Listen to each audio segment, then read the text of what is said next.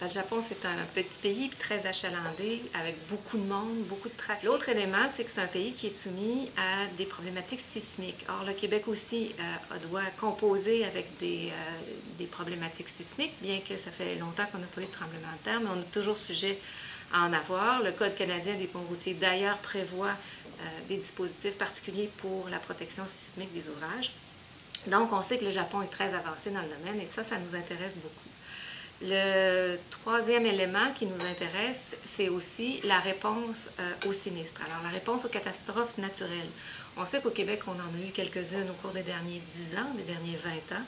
Le Japon a l'habitude, on l'a vu tout récemment, d'avoir une réponse et de développer une réponse très efficace à des situations critiques, des situations sinistres. Donc, on a beaucoup à apprendre d'eux de ce côté-là. Le dernier élément, on va y venir un peu par la bande, c'est la viabilité hivernale. Alors, bien des gens ne savent pas que sur l'île d'Hokkaido, il y a énormément de neige, mais le Japon, les Japonais sont aux prises aussi avec des problèmes de déneigement, de déglaçage, de réponse aux tempêtes. Et ça, bien évidemment, pour le Québec, c'est un champ de compétences qui nous intéresse beaucoup. Le Québec est membre de l'Association mondiale de la route.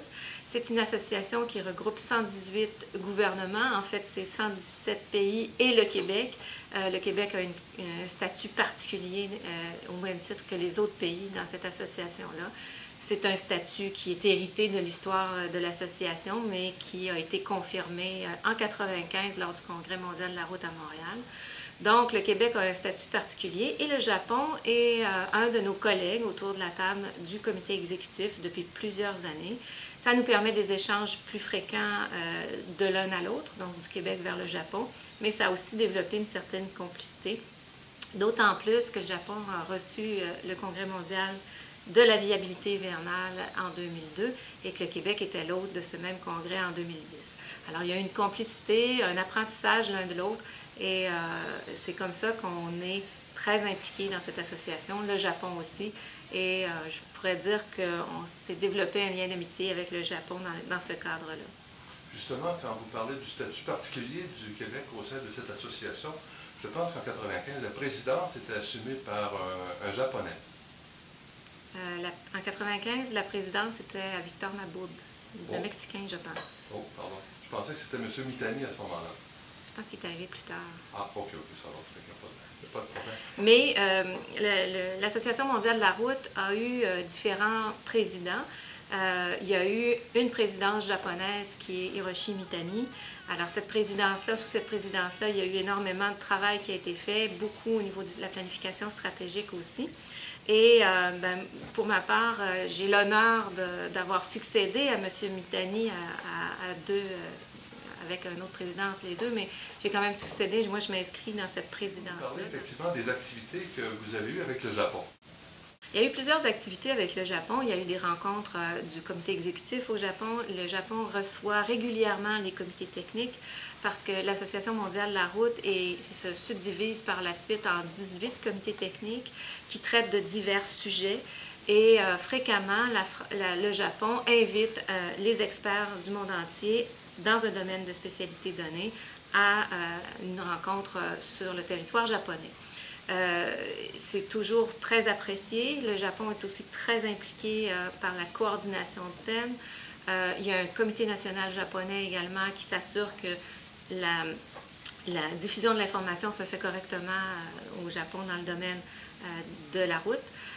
Donc, le Japon est très actif au sein de l'association. Il y a des présidences aussi de comités techniques.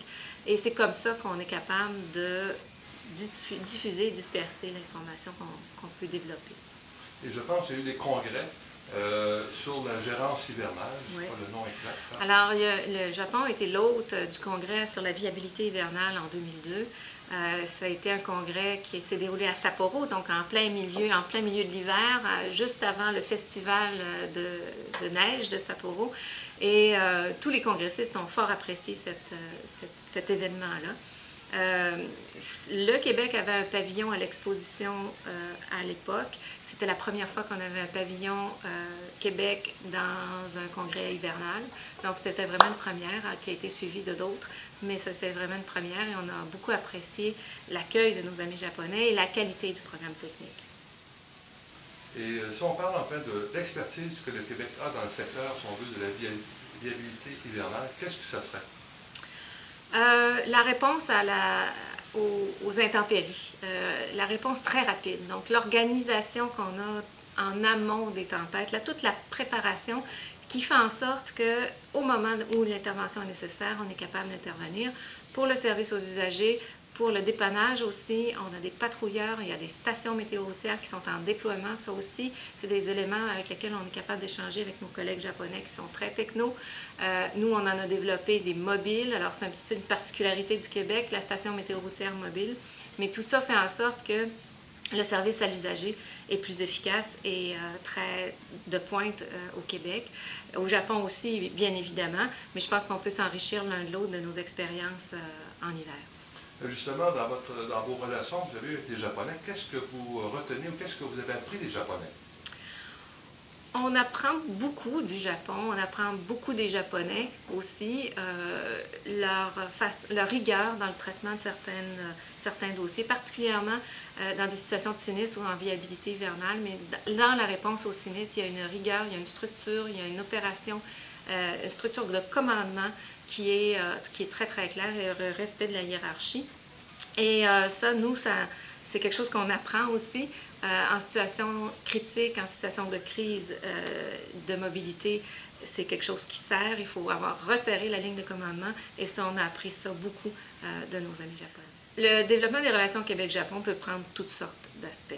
Nous sommes actuellement à un degré de maturité tel que tout est possible. Il s'agit simplement de poser la question pour avoir une réponse et commencer à développer des liens dans certains domaines de spécialité. Donc, il n'y a pas de frontière entre le Québec et le Japon. C'est complètement ouvert, c'est un milieu ouvert. Et dès qu'il y en a un qui veut avoir des nouvelles de l'autre dans un domaine donné ou qui veut développer des collaborations, tout ça est faisable parce qu'on a s'appuyé sur des bons coups dans notre histoire.